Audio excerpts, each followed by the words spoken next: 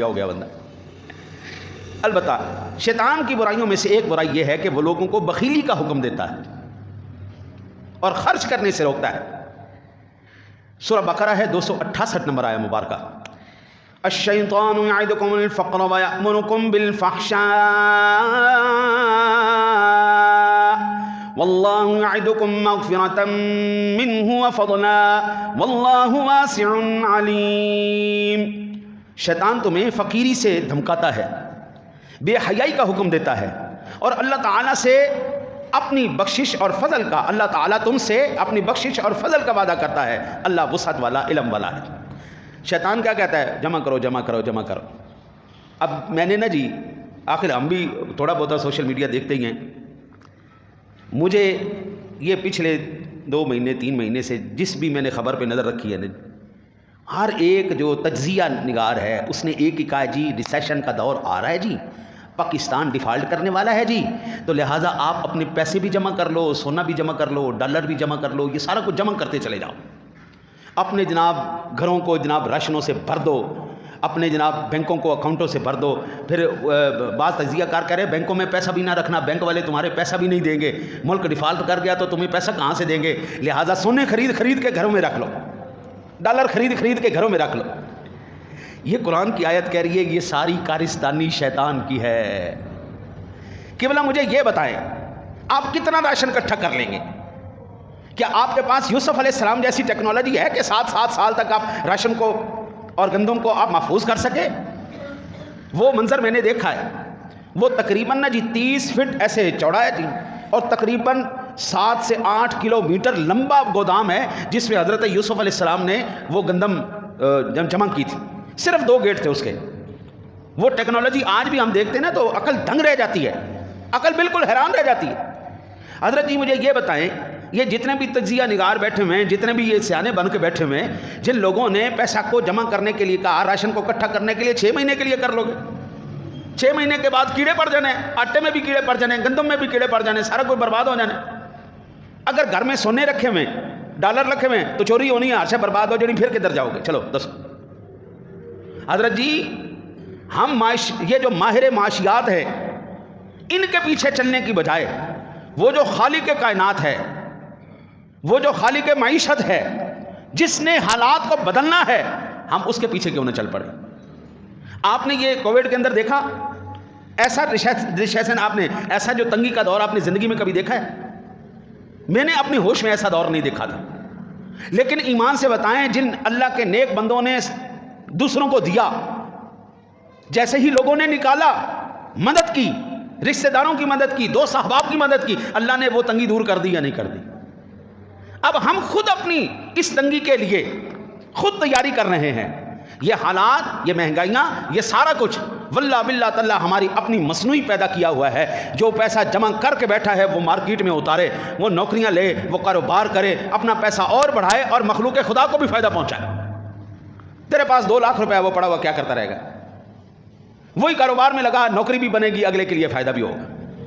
یہ بخیلی، یہ تنگیاں، یہ سارا کچھ یہ کہاں سے آ رہا ہے؟ قرآن کہتا ہے الشیطان یعدکم الفقر ویأمرکم بالفحشاء۔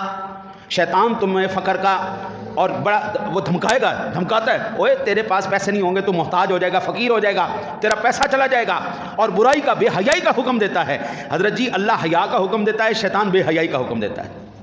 اللہ سخاوت کا حکم دیتا ہے، اللہ خرچ کرنے کا حکم دیتا ہے، شیطان روکنے کا حکم دیتا ہے۔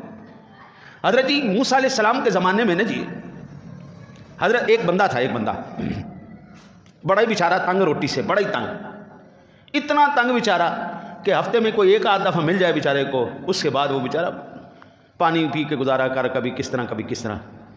اللہ کے نبی سے جا کے عرض کی، یا نبی اللہ کو مہربانی کرو، اللہ تعالیٰ سے گزارش کرو، سرکار جو میرا بنتا ہے نا مجھے 1 دفعہ دے دو۔ ہاں جی سرکار، زندگی گزر گئی، روٹی 1 دفعہ بھی پیٹ بھر کے نہیں کھائی، کو مہربانی کر دو سرکار۔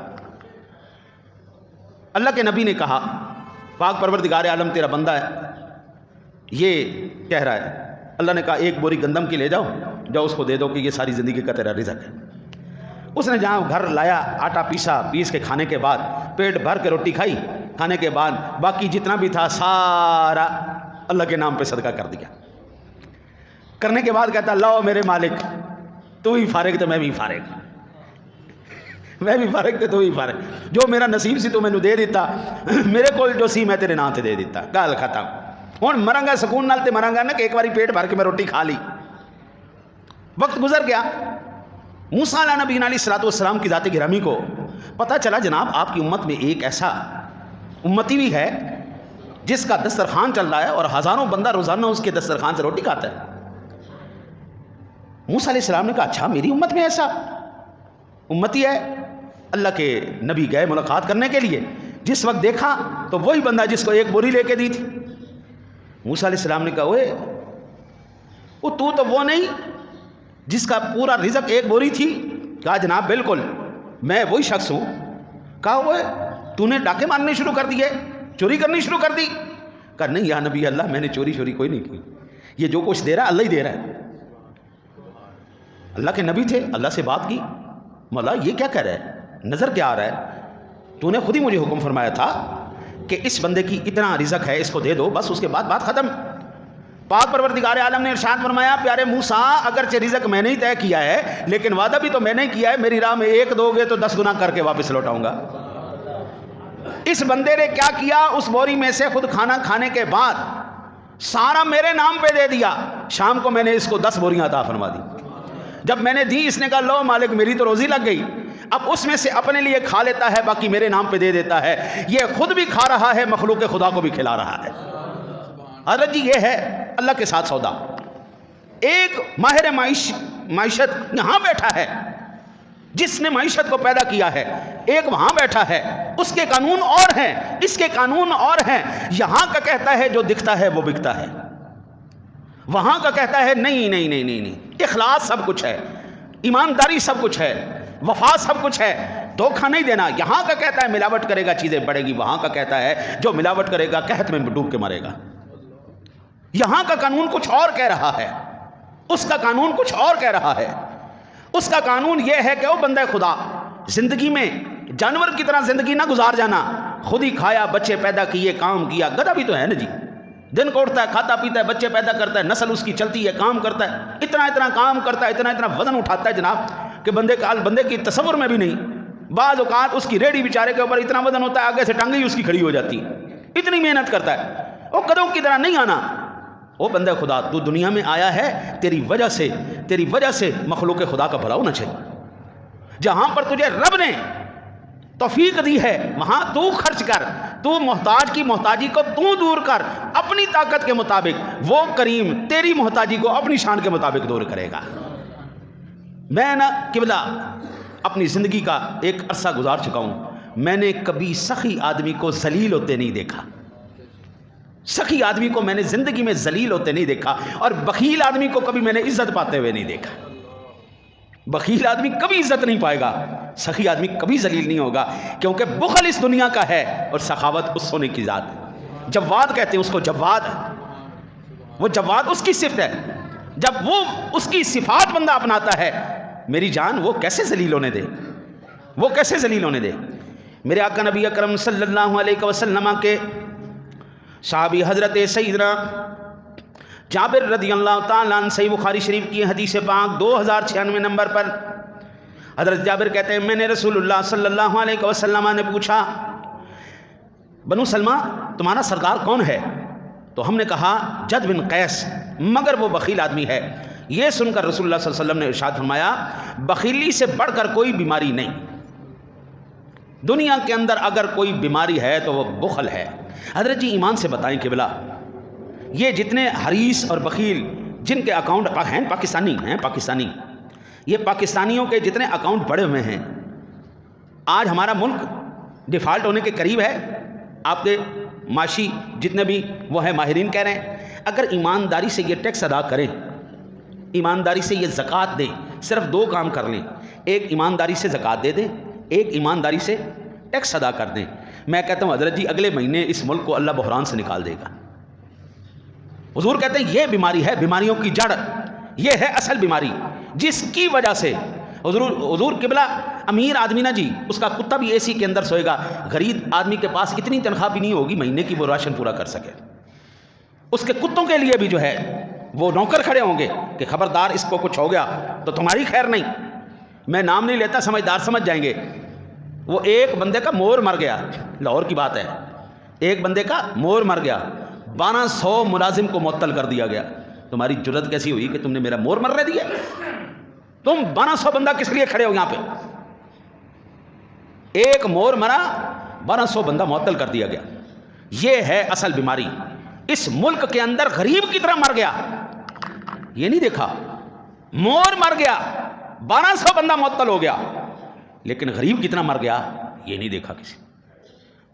اللہ اکبر.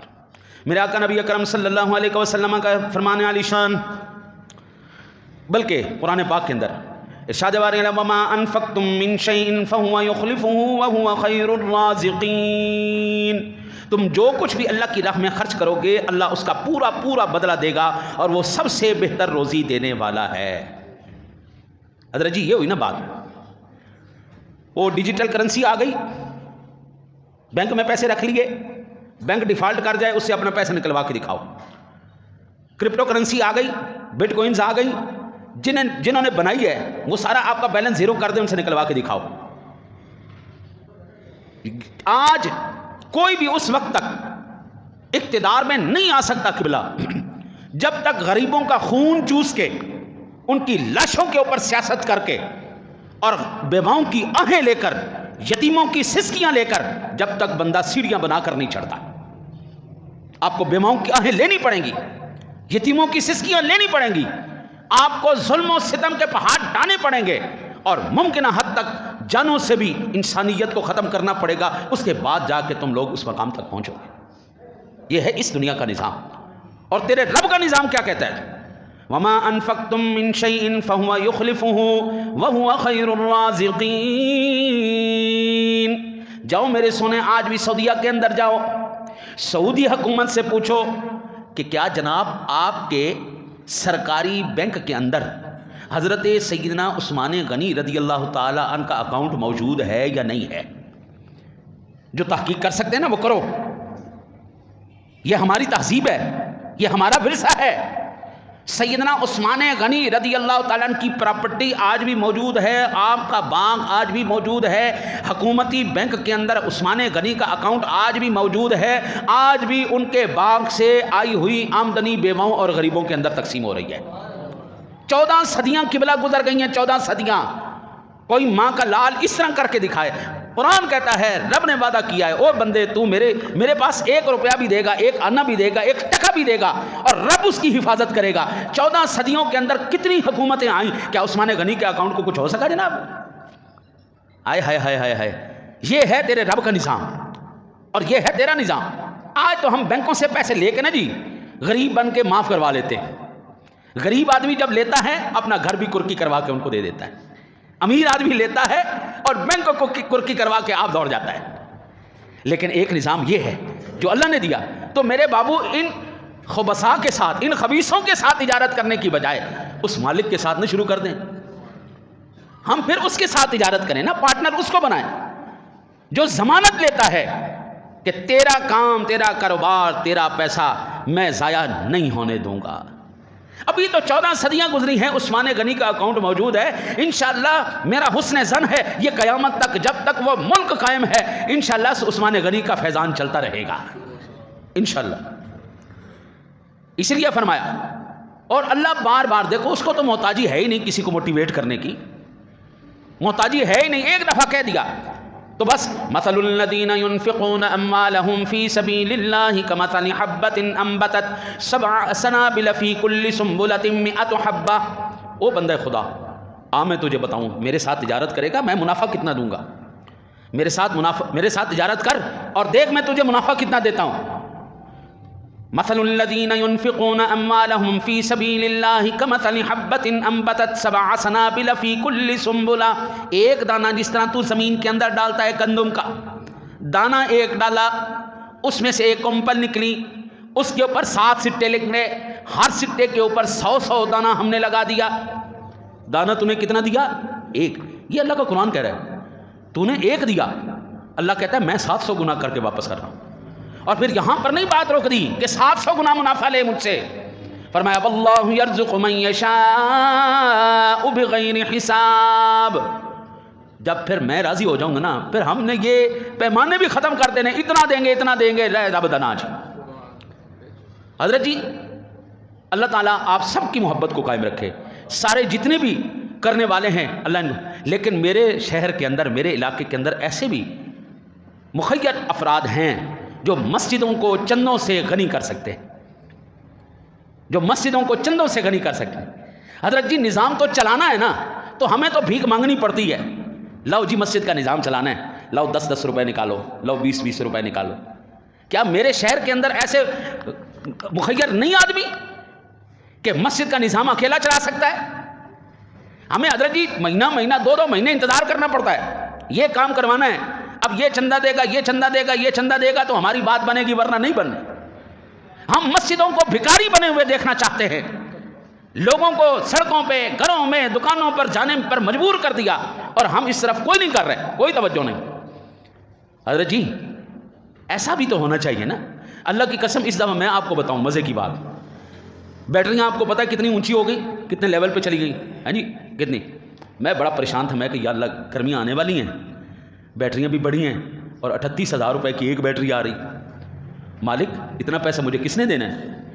ہاں جی 74,000 روپیہ، 70,000 روپے سے زیادہ 2 بیٹریاں. یا اللہ مجھے اتنا پیسہ کس نے دینا ہے؟ میں پریشان بیٹھا ہوا یہاں پر.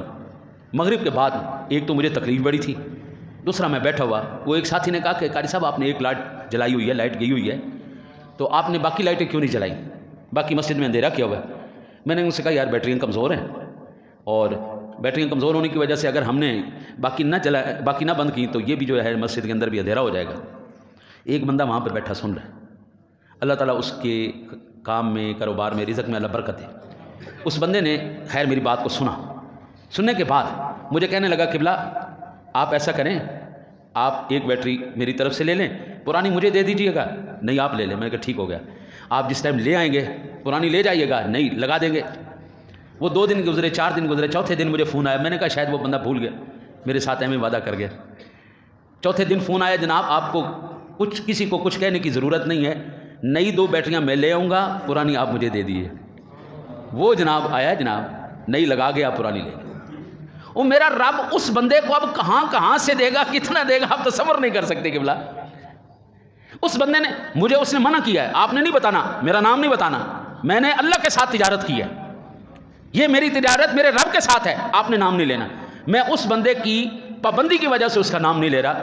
وہ پہلی مرتبہ آیا میری مسجد میں نے اس کو کچھ نہیں کہا، اس نے صرف مجھے کسی سے بات کرتے ہوئے سنا، اور اس بندے نے اللہ سے تجارت کی.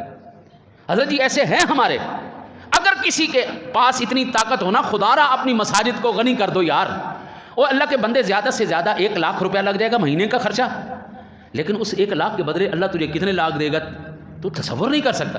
جو نہیں ہے وہ اللہ سے توفیق مانگو، جو ہیں وہ کرو یار. اللہ کی قسم یہ ڈیفالٹ شے ہی کوئی نہیں. رب کعبہ کی قسم جو میری سوچ ہے، باقی سارے سیانے لوگ ہیں، میں یہ سمجھتا ہوں یہ ملک کبھی ڈیفالٹ نہیں کرے گا. اس کی وجہ کیا ہے؟ یہ ملک اگر کسی کلمہ کفر پر بنا ہوتا تو یہ ملک ڈیفالٹ کر جاتا، لیکن یہ پاکستان بنا تھا. آج بھی وہ لوگ زندہ ہیں جنہوں نے اس پاکستان کو بنتے ہوئے دیکھا. نعرہ تھا اس وقت پاکستان کا مطلب کیا؟